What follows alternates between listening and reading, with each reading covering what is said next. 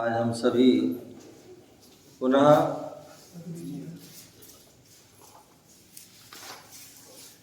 हरियाणा का प्रवेश द्वार सोनीपत सेक्टर मंदिर में पासना जिला में बैठे हुए हैं और भगवान महावीर स्वामी का शासन चल रहा है। भगवान महावीर स्वामी की जो वाणी गिरी वही वाणी का हम रसपान कर रहे हैं, जिसे गौतम स्वामी के माध्यम से हमारे महान आचार्यों ने उसे लिपिबद्ध किया। उन्हीं महान आचार्यों में आचार्य कुंदकुंद स्वामी हुए और कुंदकुंद स्वामी जो है जिन्होंने हम सभी पर बड़ा उपकार किया है, जिन्होंने अपने चिंतन के माध्यम से, अपने ध्यान के माध्यम से, अपने ज्ञान के माध्यम से जो है उन्होंने हम सभी के लिए बहुत जो है अमृत प्रदान किया है। जिन्होंने अपनी लेखनी के माध्यम से 84 पहाड़ मतलब 84 ग्रंथों को लिखा और सारा मतलब जो जैनागम का जो सार जो है वह हमारे लिए प्रदान किया। जब उन्होंने मुनियों की कैसी चर्या होना चाहिए, मुनियों का संयम, मुनियों का चारित्र कैसा होना चाहिए, उसके लिए उन्होंने विशद व्याख्यान करते हुए मूलाचार आदि ग्रंथों को लिखा और कैसे वह मुनिराज अध्यात्म में जो है प्रवेश करें, अपने अप्पा परमप्पा अपनी आत्मा में जो लीन रहें, ऐसे उस आत्मा का विशेष वर्णन करने वाले उन्होंने वह परमागम ग्रंथों को लिखा, जिसमें समय सार, नियम सार, प्रवचन सार और अष्टपाहुड़ और पंचास्तिकाय, ये 5 जो उनके विशेष जो है ग्रंथ हैं, जिन्हें परमागम भी कहते हैं। ऐसे उन जो शास्त्रों को पढ़ लेता है तो निश्चित ही वो आत्मा के सार को जो है समझ लेता है और उसमें डूब जाता है और उसको प्राप्त कर लेता है। जब जो है उन्होंने श्रावकों के बारे में सोचा विचार किया और श्रावकों का कैसा धर्म है, क्या उनके कर्तव्य हैं, क्या उनकी जो है चर्या होना चाहिए, क्या उनके मूल गुण, क्या उनके व्रत संयम प्रतिमा आदि वह कैसे होना चाहिए, उसका जो है वर्णन करने के लिए उन्होंने रैण सार ग्रंथ लिखा। क्या लिखा? रैण सार, रत्नों का जो सार है। जैसे आचार्य समंत्रभद्र स्वामी ने जो है रत्नकर्ण साहब का चार लिखा, रत्नों का उसमें भी सार लिखा है। इसी प्रकार यहाँ पर भी उन्हें रैण सार में जो 3 रत्न हैं, उन 3 रत्नों का जो है वर्णन करते हुए श्रावकों का और देखा जाए संयुक्त रूप से श्रावक और मुनि का उन्होंने उसमें वर्णन किया। ऐसा वह रैण सार, रत्नों का सार ग्रंथ, जिसमें आचार्य कुंदकुंद स्वामी चतुर्थ गाथा के माध्यम से बता रहे हैं। हाथ जोड़ लीजिए एक बार। सम्मत्रयण सारम मोक्ष महारुक्ष मूल विधि भणिदम जम जाड़ जदि निश्चय व्यवहार स्वरूप दो भेदम। बहुत सुंदर बात बता रहे हैं, हाथ नीचे कर लें। बोले सम्मत ऋण सारम, बोले सम्यक्त रत्न ही सारभूत है। बोले रत्नों में सबसे ज़्यादा जो है सारभूत है तो कौन सा है? सम्यक दर्शन, क्योंकि सम्यक दर्शन के बिना ज्ञान भी कुछ भी नहीं है और चारित्र भी कुछ भी नहीं। जहाँ सम्यक दर्शन हो गया तो वहाँ ज्ञान को भी बहुमान मिल जाता है, ज्ञान को भी सम्मान मिल जाता है और चारित्र को भी सम्मान मिल जाता है। इसलिए यहाँ उस सम्यक दर्शन की प्रमुखता को बताते हुए बोले सम्यक रत्न ही सारभूत है। कहते हैं दो चीज होती है, एक सार और एक असार। क्या है? एक सार होते हैं और एक असार है। ये महिलाएं यहाँ पर बैठी हुई हैं और वैसे तो अब ये करते नहीं हैं, अंदर पहले जो क्या था, महिलाएं सुबह सुबह उठती थी और क्या करती थी? झाड़ू लगाती थी। क्या करती थी? झाड़ू पोंछा लगाती थी। लेकिन अब नहीं लगाते हैं, अब तो बाई आती है। अच्छा ऐसे मतलब अब वो क्या है, जो है वो क्या बोलते हैं, एक दिखावा भी जरूरी है कि हम सेक्टर में रह रहे हैं। यदि कोई पूछे भाई कितने नौकर है तुम्हारे यहाँ, हैं कितनी बाई हैं, तो बताने के लिए वो रखना पड़ता है कि भाई यहाँ एक बर्तन वाली है, एक झाड़ू वाली, एक पोंछा वाली, एक कपड़े वाली, एक खाना वाली हैं। अन्यथा काम जो है सारे हम ही करते हैं। क्या बोले? हाँ वही वो स्टेशन बन गया हमारा। अन्यथा काम हमें ही को करना पड़ता है। पहले अपन लगा लेते हैं, बाद में वो उसको आ गया तो ठीक है, नहीं तो पहले क्या मतलब यही कारण है, पहले जो है कि लोग झाड़ू पोंछा आदि लगाते थे और झाड़ू पोंछा लगाते हैं तो जो क्या होता था, झुकते हुए लगाते थे। ठीक है ना? पहले वो झाड़ू आते थे ना, जो झुकते हुए बैठ के या खड़े होकर लगाते थे, तो जो कमर आदि सब पैर आदि झुकते थे। पोंछा लगाना तो भी झुकते। अब तो वो झाड़ू भी लगाना तो जो है डंडी सी आ गई है और उसमें या पोंछा लगाना तो भाई पर आ गया, तो सारा काम जो है खड़े खड़े हो जाता है। इसलिए जो है हमें कमर दर्द, घुटने दर्द आदि हो जाते हैं और खड़े खड़े रहते हैं, तो इसलिए सारी परेशानी हो जाती है। कहने का तात्पर्य झाड़ू लगाते हैं, चलो चाहे जैसी भी लगाओ झाड़ू लगाते हैं, चाहे तुम लगाओ चाहे कोई भी लगाओ, झाड़ू लगती है। और झाड़ू लगती है तो झाड़ू में क्या होता था, कचड़ा जो है, झाड़ू का कचड़ा जब लगाते थे झाड़ू में कचड़ा आ जाता था। अब कचड़े में हम क्या करते थे, उसको कचड़े में हम देखते थे। शांति जी, ओ शांति अम्मा, कचड़े में क्या करते, देखते थे। कचड़ा झाड़ू करने के बाद कचड़े को साइड में कर देखते थे क्या है इसमें, कौन सी सार वस्तु है, कौन असार है। मान लीजिए उसमें जो है एक सुई डली होगी, आलपिन डला होगा, कील डली होगी, कोई सूतली सूतली डली होगी या कोई पन्नी डली होगी, तो क्या करते थे हम उसको लड़ा करके उठा करके जो है रख लेते।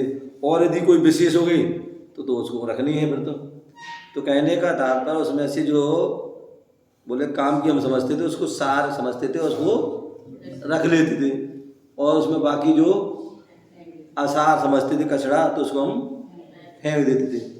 ठीक है ना?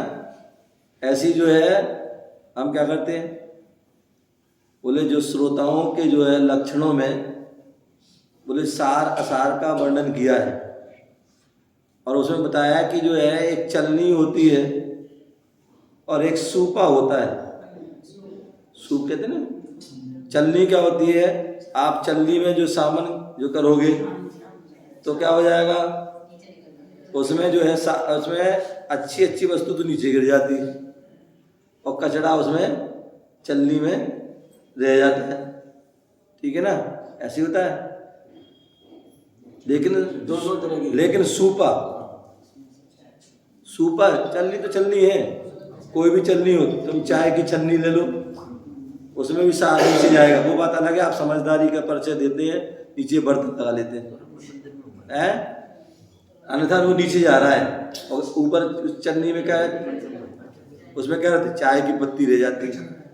आटा की छन्नी होती है, उसमें क्या करते हैं, ऊपर क्या चल्लो सन रह जाता है, बाकी नीचे वो तो आप समझदार हो तो इसलिए नीचे बर्तन लगा लेते हो, अन्यथा तो नीचे गिर रहा है। लेकिन सूपा जो है, सूपा सही है, कचरा नीचे है। सूपा में क्या होते हैं, जब गेहूं आदि को फटकारते हैं, गेहूं चावल चना आदि जो ही क्या करते हो, फटकारते हो, तो उसमें क्या करते हैं, कचरा कचरा नीचे गिर जाता है, और गेहूं आदि जो भी अनाज हो हमारे उसमें सूपा में। तो इसलिए बोलते हैं जो सूपा होता है वो सार को ग्रहण करता है, और चलनी जो है वो असार को ग्रहण करती है। तो इसलिए बोले हमें क्या बनना है, ले सूपा। तो इसी प्रकार यहाँ बोल रहे हैं आचार्य भगवान कुंद गोस्वामी बोल रहे हैं कि सम्मत रयण सारम, बोले सम्यक्त रूपी जो रत्न है वो ही सारभूत है, बाकी जितने भी सारे रत्न हैं, हम दिन रात क्या करते हैं, रत्नों को हम इकट्ठा करने लगते हैं, हीरा मोती जवाहर ये आदि, वो सब क्या है, इनको हम सार समझते हैं, लेकिन ये सार नहीं है, ये सब असार है, क्योंकि यहीं के यहीं रह जाना है, साथ में कोई जाने वाला नहीं। साथ में जाएगा तो जो हमारे रहण सारम, जो सम्यक्त रूपी रत्न है, ज्ञान रूपी रत्न है, सम्यक चारित्र रूपी रत्न है, वो ही हमारे साथ जाने वाला है, अन्यथा जो है वह क्या होगा, बाकी सब यहीं की यहीं रह जाएंगे। तो इसलिए बोला है हम उस सम्यक्त रूपी, जैसे एक जोहरी होता है, एक ग्रस्त होता है, उसके पास यदि कोई रत्न हो, सोना हो, चांदी हो, हीरा हो, मोती हो आदि चीज़ें हैं, उन रत्नों को क्या करता है, बड़े सुरक्षित रखता है, बड़ी सुरक्षित तरीके से रखता है, अपने लॉकर में रखता है, अपने अलमारी, अपनी गोदरेज आदि में रखता है, जिससे कोई उसको लूट ना ले। उसी प्रकार जो है आचार्य बनो कह रहे हैं कि सम्यक्त रूपी जो रत्न है, सारभूत रत्न है, हमें उसकी भी रक्षा करना है, उसकी भी सुरक्षा करना है। ऐसा ना हो कोई जो है क्या, मोह नींद के चोर जगवासी घूमे ना, वो घूम रहे हैं तो मिथ्यात्व रूपी चोर, कसाय रूपी चोर, राग द्वेष रूपी चोर, वो घूम रहे हैं, ऐसा ना हो तुम्हें क्या कर ले, लूट ले। इसलिए हमें उसकी क्या करना है, रत्न वो सारभूत है, इसलिए उनकी क्या करना है, रक्षा करना है। मोक्ष महारुक्ष मूलम, बोले मोक्ष रूपी महान वृक्ष का मूल है। अभी हम बाजार में थे, बात चल रही थी वृक्ष की, कि जो है शहर जो है क्या है, हम सभी की जड़ है, मूल है, और ये सब सेक्टर मंडी आदि सब जो क्या है उसकी शाखाएं। उसी प्रकार बोले मोक्ष रूपी महावृक्ष है, और उस वृक्ष का मूल क्या है, बोले ये हम मंदिर में बैठे हैं, ये मंदिर यदि टिका हुआ है तो किससे, भगवान से, इससे टिका है, इसकी नींव से। बोले जितना हमें जो है मजबूत मंदिर महल आदि बनाना है तो उसके लिए नींव मजबूत होना चाहिए, जितनी नींव मजबूत होगी उतना ही जो है वो महल मंदिर किला आदि जो है सुरक्षित रहेगा। तो मंदिर जो है उस मंदिर के लिए, महल के लिए उसकी जो है मूल क्या है, तो उसकी नींव है। उसी प्रकार जो वृक्ष है, वृक्ष जो मजबूत कौन सा रहता है, बोले एक जो है बरसाती वृक्ष होता है, वृक्ष बरसाती होता है, वो बरसात हुई वृक्ष लग जाता है, पेड़ पौधे लग जाते हैं, और जैसी बरसात हुई धराशायी हो जाते हैं।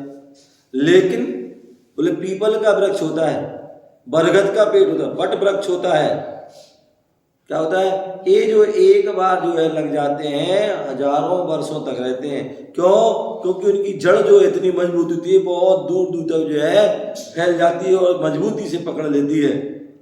आप देखो कई बार किसी के घर में अगर जो है मंदिर किसी घर में या कहीं पर जो है पीपल आदि के पेड़ की जड़ टूट जाए, सहसा वो निकलती नहीं, बड़ी मुश्किल हो जाती है, समझ गए ना। तो इसलिए जो है जैसे पेड़ की जितनी मजबूत जड़ होगी उतनी जो है पेड़ जो है बरसों बरसों रहता है।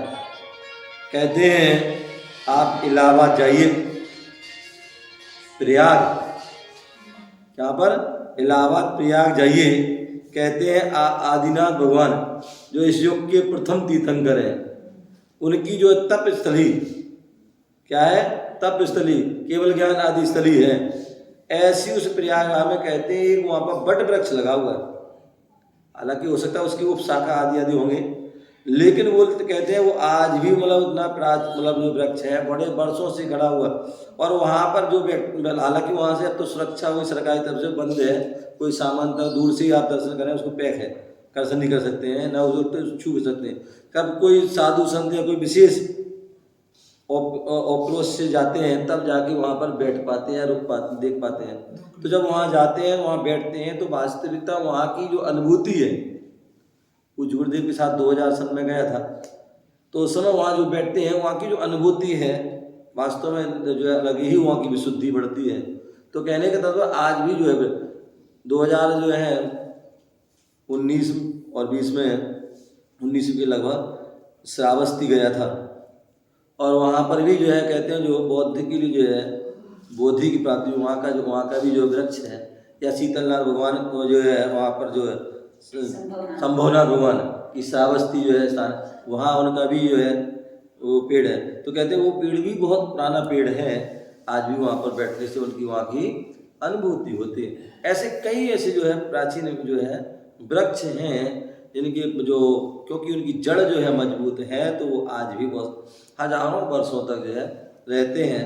तो ऐसे इसी प्रकार यहाँ बोल रहे हैं मोक्ष रूपी जो है वृक्ष है, और उस वृक्ष की जो जड़ है, मोक्ष रूपी वृक्ष कब जो है खड़ा रह सकता है, तो बोले जब उसकी जो है जड़ मजबूत होगी। आनंद स्वामी तो चौथे काल में थे, तो ये जड़ अभी तक उपशाखा रूप में जो है मतलब कहता है ना, वो मतलब बदलते उसमें से फूटते रहते और बढ़ता जाता है। वो पुराना वो कहते हैं पेड़ होता है ना, पेड़ में जो है पेड़ तो वही होता है, पत्ते झड़ जाते हैं हर बार बसंत में और नए पत्ते आ जाते हैं। तो ऐसी उनकी जो है पुराना पी जो समाप्त नए नए उसके पीप आ जाते हैं। तो इस प्रकार से जो है बता रहे हैं कि मोक्ष रूपी जो वृक्ष है, उस वृक्ष तभी खड़ा है उसकी जो सम्यक दर्शन रूपी जड़ जो है मजबूत है। अगर सम्यक दर्शन रूपी जड़ नहीं होती तो मोक्ष रूपी महल को वह खड़ा नहीं हो सकता था। तो इस प्रकार मोक्ष रूपी महान वृक्ष का मूल है, ऐसा कहा गया है। निश्चय व्यवहार स्वरूप दो, और उस जो है वृक्ष की जो है शाखा प्रतिशाखा आदि है, तो वह बोले क्या है, दो शाखा मुख्य रूप से हैं, एक निश्चय नय और दूसरा व्यवहार नय। बोले व्यवहार नय भी उपयोगी है और निश्चय नय भी उपयोगी है। बोले जो है अभी सुबह वहाँ बताया था कि जो है पुण्य भी जरूरी है, और एक जब पुण्य जो है जब हम योग्य स्थान पर पहुँच जाते तो उसको तो जो है त्याज्य भी होता है। तो उसी प्रकार जो है व्यवहार हमें प्रारंभ अवस्था में हमें व्यवहार अति आवश्यक होता है, और जब हम बहुत ऊपर अवस्था में पहुंच जाते हैं तो फिर जो है वह व्यवहार जो है ये होता है, छोड़ने होता है। तो व्यवहार के माध्यम से ही हम निश्चय पहुंचते हैं, और निश्चय से ही हम जो है अपने उपलब्धि अपनी जो उद्देश्य है उस लक्ष्य तक हम पहुंचते हैं। तो ऐसी व्यवहार निश्चय ये दोनों जो है उसकी शाखा उपशाखा है, ऐसा हमें उसको जानना चाहिए। और उसका ही हमारे आचार्यों ने विशद जो है व्याख्यान किया है, व्यवहार का भी कथन किया है और निश्चय का भी कथन किया है। और जो उसको समझ लेता है तो निश्चित ही वह जो है बहुत बड़ी उपलब्धि को प्राप्त हो जाता है। और जो इन दोनों को नहीं समझ पाता है, कोई जो है व्यवहार में भटक जाता है, केवल व्यवहार में ही, और कोई केवल निश्चय में ही भटक जाता है, तो वह व्यक्ति जो है संसार में ही भटकता रहता है। तो हमें अपेक्षा से व्यवहार को भी धारण करना है और अपेक्षा से निश्चय को धारण करना है, तभी जाके हम अपने लक्ष्य को, अपनी उपलब्धि को प्राप्त हो पाएंगे। इस प्रकार से यहाँ पर उसका आचार्य वर्णन ने वर्णन किया है। हमें उसको बड़े श्रद्धा भक्ति से उसको सुनना चाहिए और पढ़ना चाहिए, और पढ़ करके उसको अपने जीवन में जो है धारण करना चाहिए। इसी भावना से जय बोलो महावीर भगवान की जय।